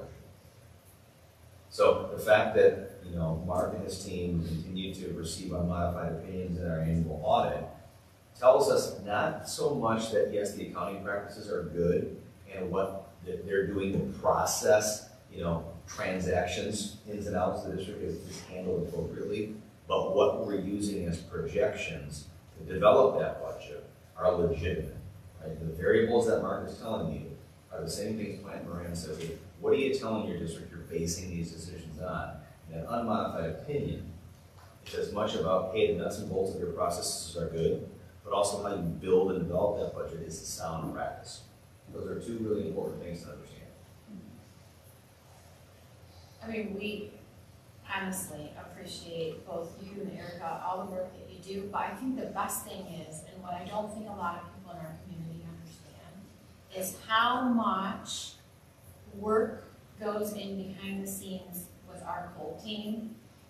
The strength and the leadership and the power of all of them working together is what helps us bring down the right people, offer the best things, have all of our, you know, hire the best principals, needs met, and, you know, and understanding all these unknowns and shining out that crystal ball to be able to pull together a budget that you see at the end of the year that we are doing a great job meeting and delivering what we say we are. So I just want you to know, it doesn't go unnoticed. We notice it, and we appreciate it, every single one of you. And of course, we couldn't be here without Jared and all the technology. In the background. Did you hear that, Jared? Yeah. Any other questions, comments? Okay. Thanks, Mark. Thanks, Erica. Now let's talk about evaluating our superintendent. Which is the most important presentation of the evening. Mrs. Shirley, take it away. Thank you. So tonight, every year at this time, in the next really 30 days, board members are going to be engaging in your hardest work of the superintendent evaluation process. So before we kind of kick that off, we always like to review board members with you, kind of what's led up to this point and what you're going to be looking at in more detail in the next few weeks. As well, just kind of for our broader community, making sure everybody's familiar with what's happening. At the March 1st, whatever the first meeting is, the superintendent evaluation process, we will go into closed session. The evaluation tool will be reviewed, and we will return to open session, and that will be read. So tonight really kind of gives the background of everything that goes in prior to getting to that point, so everybody's really on the same page. Remember that in Michigan, the evaluation of our professionals, all professionals really in public schools, is very highly regulated. At least today it is. You heard Mark talk about a lot of legislative changes that may be coming down the pike. I would not take out of the realm of possibilities that some of these things may change in our future, but for now, this is a very highly regulated process. And the process that you see for the superintendent, understand, is very similar in structure to the process that our building administrators go through, that our teachers go through, and more recently that we've adopted for our central office administrators. So in general, a lot of those things, we are fully compliant with all of the requirements, and we abide by all of those, and this process is very similar. The full details you can find in board policies, which are available online. I'm not going to go through all of that, but for anybody who really wants to dig into it, you can get online and find details about all of this stuff. This is a link to everything we are required to post, and right down there at the bottom, the policy, the training, we're obligated, it's on our webpage. So if you want to learn more, check it out there. Our process for the superintendent is based on the MASB Superintendent Evaluation System. Board members are required to be trained in it. Everybody who has been trained initially, we were trained in 2017. Not many of you were here for that training in 2017. Most of you probably were trained through MASB at some point after that, or will be if you are recent board members. So that is required, that training is required, so everybody does participate it within 6 months coming on board. And again, part of what I like to do is that structure. Those same training requirements are true of the building administrator's evaluation tool and the teacher's evaluation tool. So understand that although it's highly regulated, part of those regulations is that we train the people who are administering it and we train the people who are receiving. And that's really all the way through. For the superintendent, this is just a quick synopsis of what the entire evaluation cycle looks like. It begins in April, so this current cycle, which will conclude really next month, started last April. Informal updates are provided along the way. In December is formal and informal. Tonight, actually following my presentation, the superintendent will be getting the February formal update. And following that piece, really tomorrow, tomorrow or Friday, a large number of information is going to be, we will send you the detailed how to access information, all of those pieces. So lots more to come with the specifics of what you need to do in the next 3 or 4 weeks. We'll send you a very detailed email that's at where can you access it, all that kind of good stuff, which really follows the formal update here in February. And then again, the actual evaluation takes place in March, next week. Next month. The superintendent tool consists of really 3 parts. A professional practice rating. Those are indicators and standards. I'll give some examples of those in just a little bit. The superintendent also includes progress towards district goals. So there is a very large district goal document that is reviewed annually. Typically Michelle kind of shares provides some updates on that along the way. So making progress in meeting those goals, that is a part of what's considered in the overall rating. And then student growth, just as in the teacher evaluation and the building administrators, 40% of the overall score is based on student growth. And similarly, it is the exact same growth data, just extrapolated to a district level that our teachers are held accountable to and our building administrators. So same data, at the building level it applies to teachers, at the district level it applies to the superintendent and other instructional staff. So on the professional practice rating, which is really half of the evaluation, that's broken down into 5 different areas. And this is really the part that the board will be digging into. In fact, you will provide individual ratings on multiple standards in each one of these categories. And you can see they are weighted. Again, this isn't weighting that we determine, this is what comes along with that tool. So some things, instructional leadership is the heaviest weighted at 30% of all of those pieces, with business and finance, board relations both being 20, and staff relations and community relations being 15. And again, that student growth, I highlight that student growth. This is an important thing to understand. It's the same data.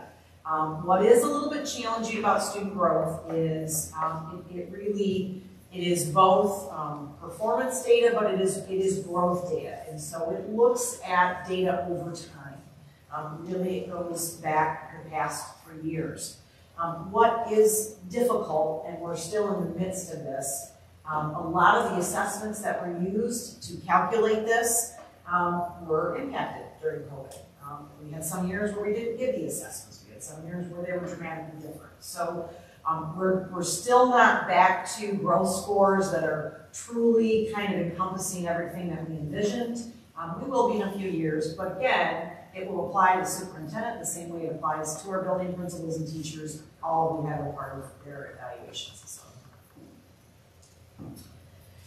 It's 40% of that overall score, and district level staff, same thing, same concept, same numbers.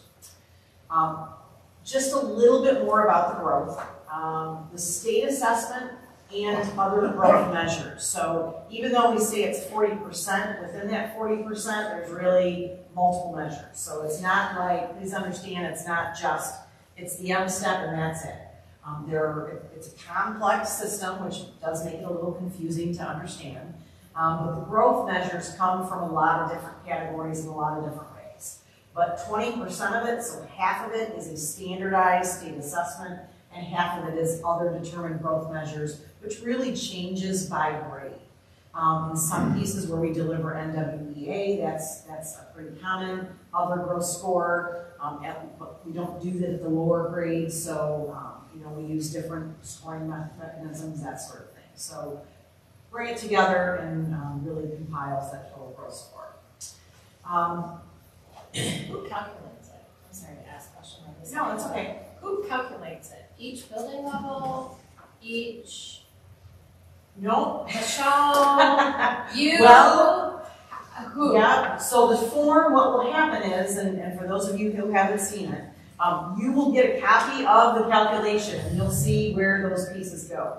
The person who really pulls a lot of it together is Beth Ruprecht. She's our data coach. And really what she's utilizing is a variety of the assessment scores that are in there. The idea here is you don't want to deliver an assessment for the purpose of evaluation, right? So we're using assessments that are being administered for instructional reasons. We already have that data, so collecting that and organizing that. So Beth really helps us facilitate and get it in that manner. Although, obviously the specifics of it are in each one of our administrative guidelines, how it's calculated. And it's really, she gets the data. She gets with Michelle and I, and we talk about, okay, so what does this mean? Particularly through COVID, because, we had to do some things differently, just because pieces weren't there. But a lot of that information does come directly from, state test scores, NWE, that sort of thing. So, when it comes to what you're going to be looking at, and again, this information will be coming to you in an email, so you don't have to worry too much, but in SharePoint, these are those different areas that you will be asked to provide ratings on. And you will find evidence of each one. I think there's a folder in each one, and there's evidence that goes along with each category. The idea here is that as things happen, as there's maybe a staff survey, the results of those surveys might be put in there, and that's an example of, collecting input. So there shouldn't really be anything here that was created for the purpose of just this. It's really what evidence is out there to support that these things are happening along the way. Within each one of those, each category is broken down into really subcategories. This is just an example. I'm not going to go through all of them, but for business and finance, that really goes into 5 different categories. And then within each category, I actually want to jump to this one. This is a different example, but governance and board relations. On the chart that you receive, it labels that into ineffective, minimally effective, effective, or highly effective. So you've got your broad category, which is broken down into subcategories, and within each subcategory, you will be asked, really, on this piece, policy involvement, professional standards, do we think that this is ineffective, minimally effective, effective, or highly effective? And again, this structure is very similar to what happens with teachers and building administrators. This idea of assessment on rubric is really how it works. Now, I'm going to go back. And what we will actually be doing. So you'll be sent those materials. You'll actually be sent Matt's self-assessment, so you'll see kind of where he rates himself. You'll be able to review that evidence. All of this is what's going to happen in the next couple weeks. So you'll go online, do your homework, and then we will come together next month. We will go into closed session, and that's really where we'll review those things. So what will happen is the board president will facilitate a discussion regarding those professional practice ratings. That's what will happen there. I will be providing to you the student growth. That isn't something you get to determine. That's just predetermined, and so you'll really just be presented that. Also in that closed session, you will have to establish a rating for progress on those district-wide goals. So again, that's information that will be reviewed. And then really you return, that's done in closed session, we will return in open session, and once we're in open session, the consensus of the ratings, each major area is read. Read out the growth score, the progress towards district goals, and the overall rating by the superintendent. So once we return, that's read in open session, and then the board will be asked to take action and vote on the evaluation. Questions on that process? Okay, we will send you a pretty detailed email so you know how to access everything. You've got a busy month ahead of you at looking at materials. If you get confused on how to get to something, please don't hesitate to contact us, and we will see you next month. Great. Thank And if you have questions about specifics, or you want to talk to me, you can call me. We can, go through the folders. We're having difficulty, but it's really good to have all that analysis done. So when we go into closed session, we can have great conversations. Okay. Any questions? Okay, I'll turn it over to you, Superintendent Wandering. Thank you. This is an anticlimactic formal update because Kim covered a great deal of what I was going to go through, and that's by design. The things that have been completed to this point that you will see, if you haven't already gone on the SharePoint on the Google Drive, is the informal update that was due in August that was uploaded. The formal update, which was presented to the board in November, that is also there. The informal update that was due in December is also uploaded, and I have also included this PowerPoint as well. But the interesting thing about what you see on the home page, the screen, is all the domain areas in the middle of the screen there. So governance, community relations, staff relations. You click on those drop downs, and that's where I submit the evidence. Okay. So there, as Kim mentioned, there's a variety of folders in there, none of which is created for the evaluation. It's an email I sent to staff. It is a communication between us. It is an article in the county press. It is the Plant Moran audit. It is a board presentation. So all of it is real life information that I think supports, a particular rating or evidence of mastery in a particular area. Also included in this is a copy of Kim's PowerPoint. This timeline, right? So it's updated every year. The timeline is there. The instructions for how to access this is pretty simple. On the Google Drive, go to your Lapeer Schools account, select LCS School Board in the Shared Drives dropdown, and you have exclusive access to review those materials. So it's redundant for me to go over all those things in public session. I'm required to tell you how to get there, and as Kim indicated, your job as a board member is to go there and review those materials in preparation for that March 1st closed session meeting. I need that to balance my time. Wow, that was quick. And I do say that you do a very good job actually loading the stuff throughout the year instead of just in time for evaluation. I've said this before because it tells you when those materials are actually uploaded. I've said this before and I'll say it again. As tedious as this is, because there seems like there's so many touch points throughout the year, it really serves for me as a great reminder. Like, okay, I'll go in and open up, let's say, board communication and board relations, and there's nothing in there. And I'm like, I really got to do a better job of figuring out. So it's a great marker throughout the course of the year to kind of just take 15, 20 minutes and think about your own performance and areas you may be deficient in that require a little more focus. And then you open up another one and it's got 12 submissions in there. So okay, doing a lot there, that's good. Let me focus on this area. So it is a great kind of self-reminder of areas to focus on further. Any questions? No? Okay. Thank you. Thank you to all of our presenters this evening. Quite up here. Okay, we will head into the action items. So our first is our consent grouping. We have approval of minutes of January 4th, 2023. Overnight trip request, the LHS wrestling team to travel to Adrian, Michigan on February 3rd and 4th of 2023. Strike Zone robotics team to travel to London, Ontario, Canada on March 17th and 19th of 2023. We have the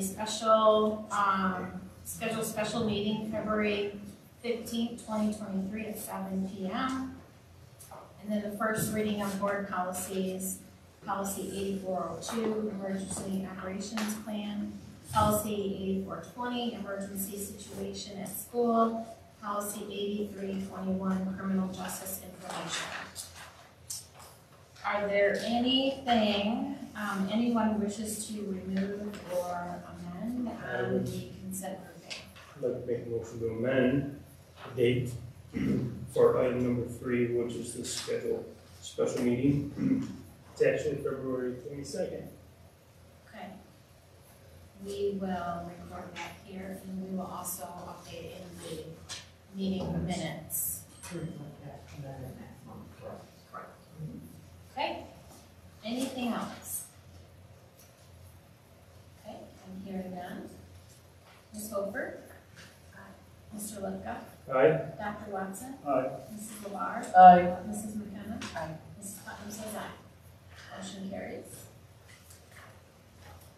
Okay, next item is the 2023 MASB Board of Director candidates. So what I'd like to do first is open up to discussion about the 2 candidates that were in the packet. The first one is James Johnson, who is the incumbent, and the other one is Richard Hill. So if anybody wants to have any discussions about either one of these individuals before we go ahead and make the motion.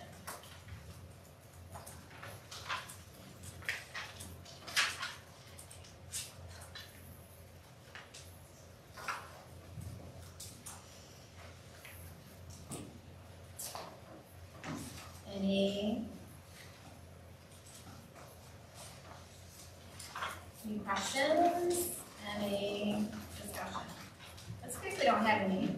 If we don't, we can go straight to making the motion.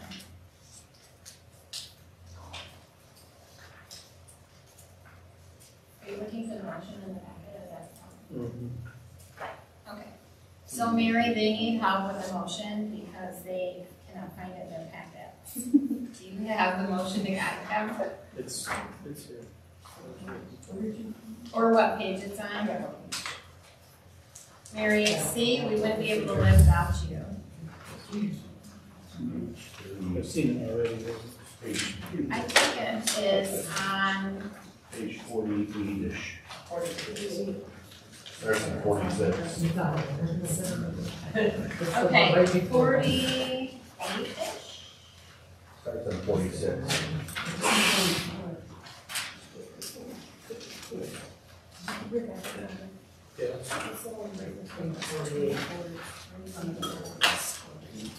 Okay, It says 24, page 24. That is it. 24. okay, page 24. You guys want this? Oh, the back one. Did you guys find it? Page 24? I don't have any even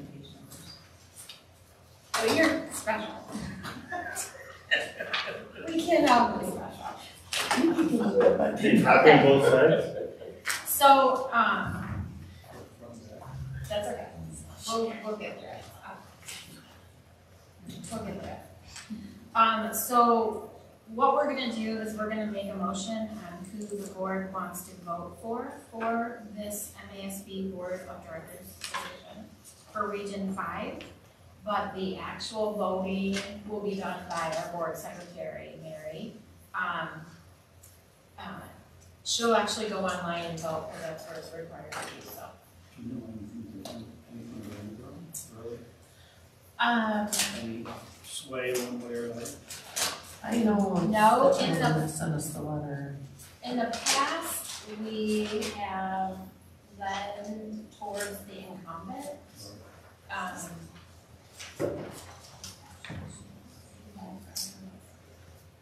Is, you know, what we've done in the past is name, that's what we have to do this evening. I mean, I do know that James has been very compelling in the position and has done it very well. How long has Glenn been in the position? He was at 9 years. I think 26 years. That's Okay, sorry. No, That's okay. It's a large package. A record breaker. Yeah. Yes. So any discussion, any other discussion we wanna hold before we go somewhere? Except for Nikki's. Does someone wanna go ahead then and make a motion? I will make a motion that we support Richard Hill for the MASB Board of Director, right? He's the accountant? No. I apologize. So what would you like your motion to be? The incumbent, James Johnson, for the MASB Board of Directors for Region 5. Okay. Okay, I have a support. Any other discussion on this motion before we take a vote? Okay, I'm hearing none. Ms. Hofer? Aye. Mr. Lipka? Aye. Dr. Watson? Aye. Mrs. LeBar? Aye. Mrs. McKenna? Aye. Mrs. Putnam says aye. Motion passes. Okay, now I've lost my agenda. Okay, and the last action item is the AG 8420 Emergency Operations Plan. I make a motion that the AG 8420 Emergency Operations Plan be approved as presented. Support. Okay. I have a motion and a support. Any discussion on that motion? Okay, hearing none. Ms. Hofer? Aye. Mr. Lipka? Aye. Dr. Watson? Aye. Mrs. LeBar? Aye. Mrs. McKenna? Aye. Mrs. Putnam says aye. Motion passes. Okay, I think that concludes our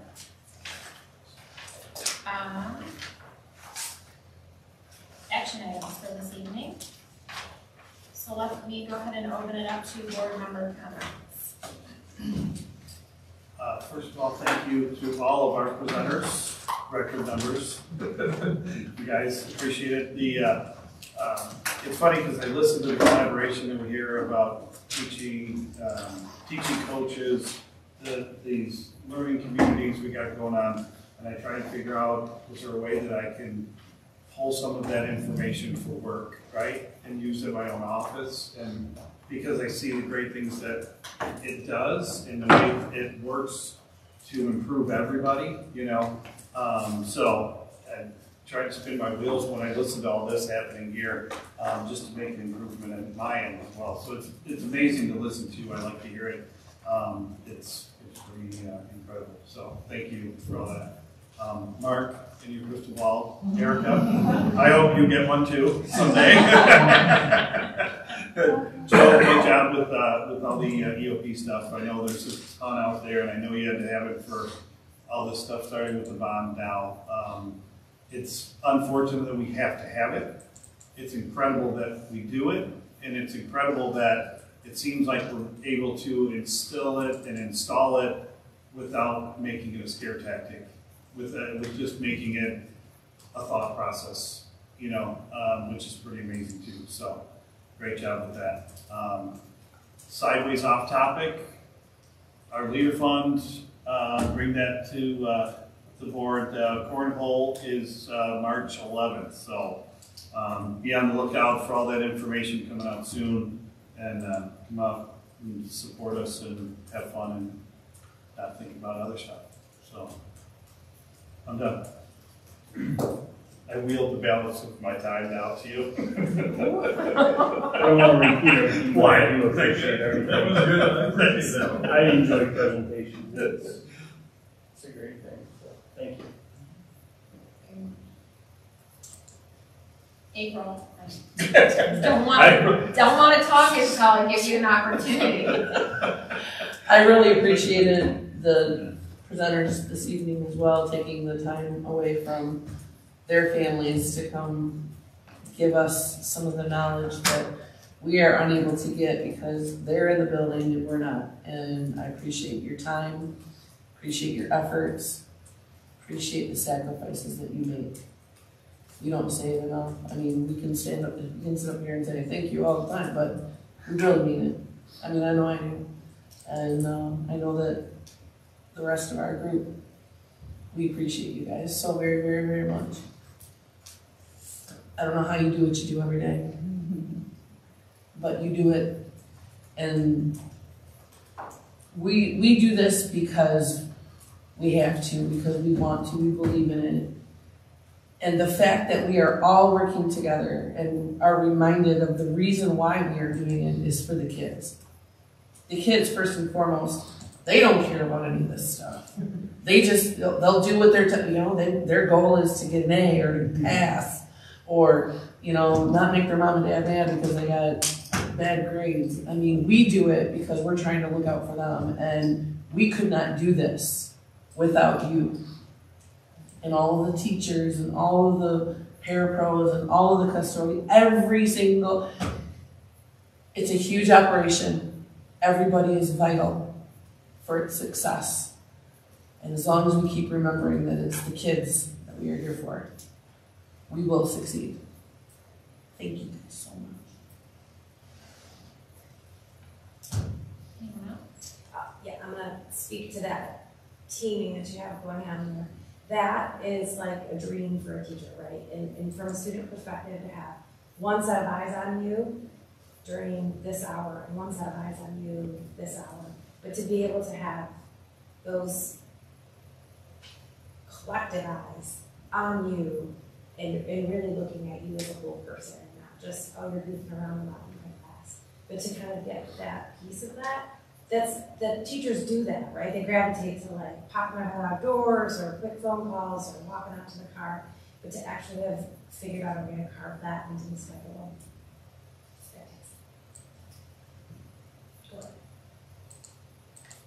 So I definitely, all the presentations this evening were great.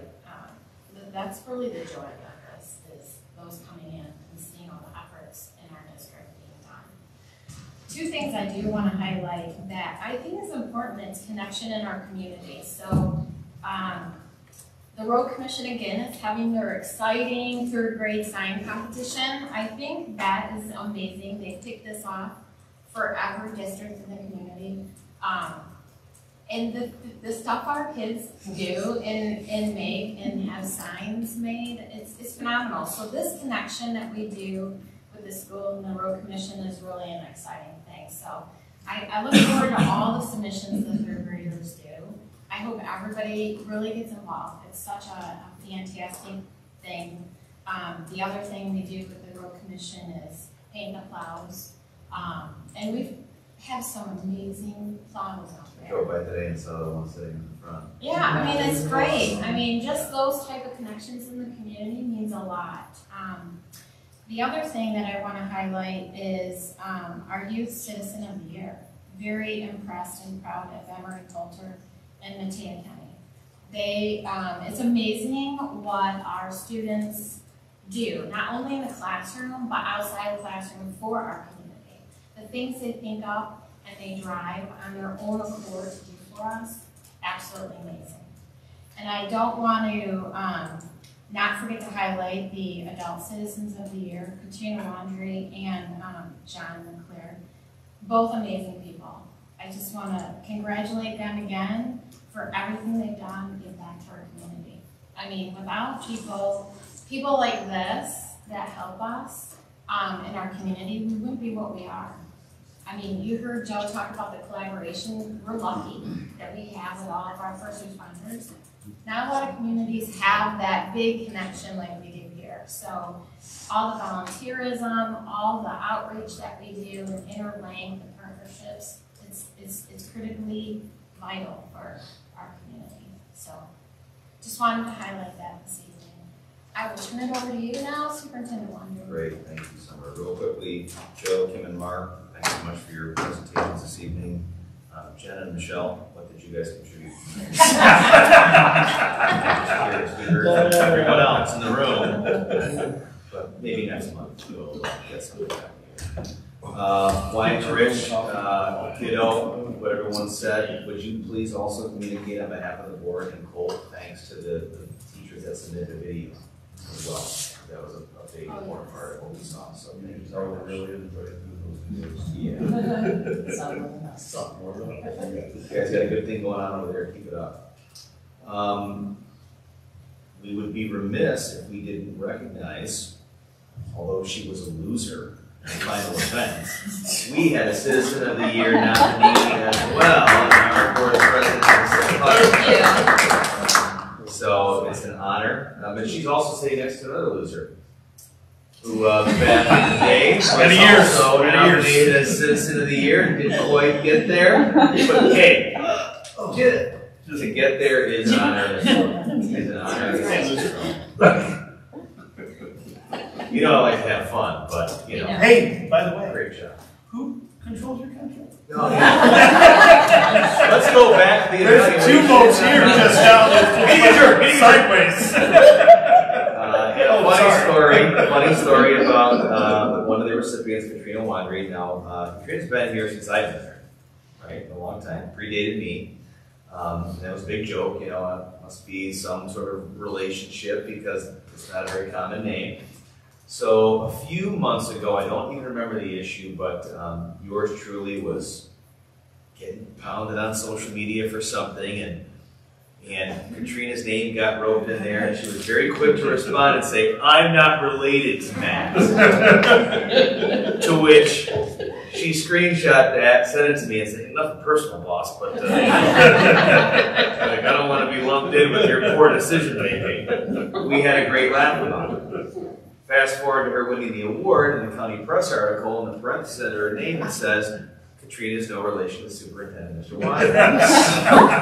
So she takes a screenshot, sends it to me, she goes, "I didn't say anything in the award, I swear to God." Too funny, but congratulations to Katrina. Also a fantastic round. Lapeer Schools had two finalists in the Citizen of the Year, you know, one in our board president, one in one of our staff members. That's pretty cool. That's pretty cool. So that's all I have to say. I wanted to end on that funny one. So thank you. I think Tim won it one year, didn't he? What's that? That's enough. Oh, I'm sorry. That's right. We got some power players out here. And now, since you forgot that fact, there's three of us on the board. So what's that? Just one more.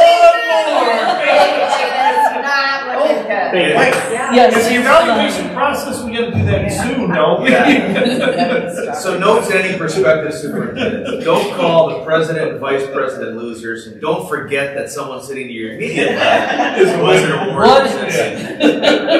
I want Madam Secretary to know for the record, it's 9 o'clock. That can't be expected to be thinking. Been a long day. Been a long day. Okay. With that, I will take a motion. This is the closing. I'll make the motion. Not anything about Citizen of the Year, Tim Lipka makes a motion. Lipka. I will second the motion to close the hearing. Ms. Hofer. Mr. Lipka. Aye. Dr. Watson. Absolutely aye. Ms. Labar. Aye. Mrs. McKenna. Aye. Ms. Putnam says aye. Meeting adjourned.